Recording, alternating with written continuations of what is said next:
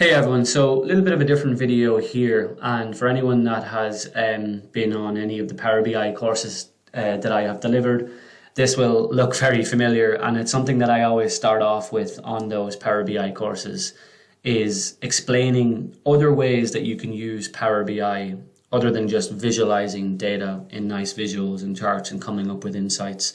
A lot of people think that that's the only use case of Power BI, and it couldn't be further from the truth. So just a bit of background before I run through this very, very simple but extremely useful report is I was previously working in Austin, Texas in a construction company, and one of my tasks was extremely manual. It was essentially running an Excel spreadsheet like this, full of essentially data saying what tasks were completed on specific units, on specific projects that we were actively building on.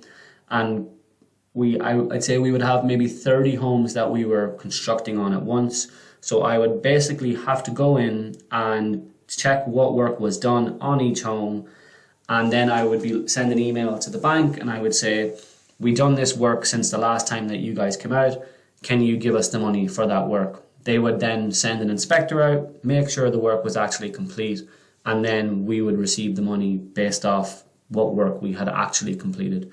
So quite an important process, because obviously that process resulted in cash coming in, and then we would then pay trades that were working on those sites for the work that they had completed for us. So very, very important in terms of cash flow, and any improvements that could be made in terms of the speed of the process was huge.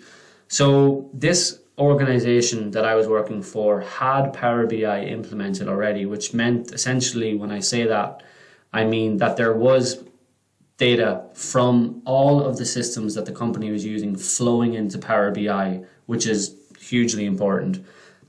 A lot of the cases, a lot of businesses don't have that in place, and that essentially is what a Power BI implementation, which is what we do, actually involves. It's connecting the source to Power BI live, if you will. So that was already there, so I didn't have to worry about that. But the Power BI guru within the organization, this was when I didn't have much experience with Power BI, they didn't have time to create a report that essentially what I have in front of me here that just shows the tasks that were completed for each unit. So I was speaking to him about, is it something I can do myself? And he pointed me in the right direction. And after a couple of YouTube videos and eventually doing a couple of courses on Power BI, I built this very, very simple but extremely useful report. So I'm just going to go through it really quickly. So I only have 2 projects here in this report, but as you can imagine, if I had 6, 7 projects, the amount of rows in here would be very big, similar to what this Excel spreadsheet is here.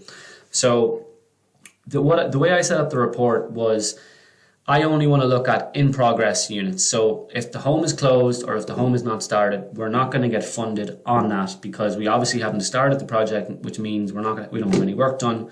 And if it's closed, we would have already received the money. And the next filter that I was able to set up was a simple little filter that I was able to do using DAX in Power BI. Anyone that's familiar with DAX, it's essentially similar to Excel formulas, but on steroids. I essentially was able to cut out any of the tasks that we had already completed, that we had already been funded on. So tasks completed since the last inspection, I only want to see those tasks. So you'll see here the latest date that we got an inspection date. Again, another field that wasn't in that live Excel spreadsheet, but that I was able to bring in was the latest inspection date. So I only want to look at the task that is after this latest inspection date, and you can see here the date is after for all of these tasks. Again, where I was able to take it to the next level was I was able to connect the budget table, look at that line item, what's the budgeted, what do we have allocated in our budget for that specific task. And then I hadn't done it because I wasn't even aware that Power Automate was a thing.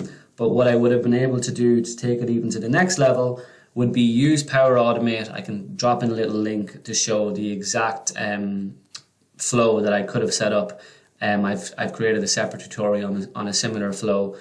Just grab this little table and send it in an email to the bank and say, we have done this work since the last inspection, and that's essentially what we're budgeting. And I could also set up a separate flow, which would also send a similar email to leadership, which would let them know we should be receiving this amount, and also including it in a cash flow tracker. So grabbing that amount and including it in a cash flow tracker so people know what we should be receiving for each home in that specific time period.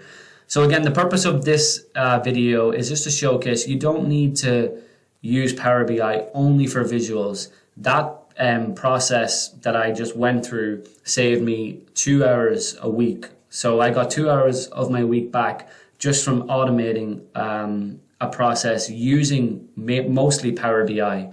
Power Automate is a tool that you would usually use to automate tasks, but you can be very clever if that connection is set up from the source to Power BI. You can do things like this and really speed up processes.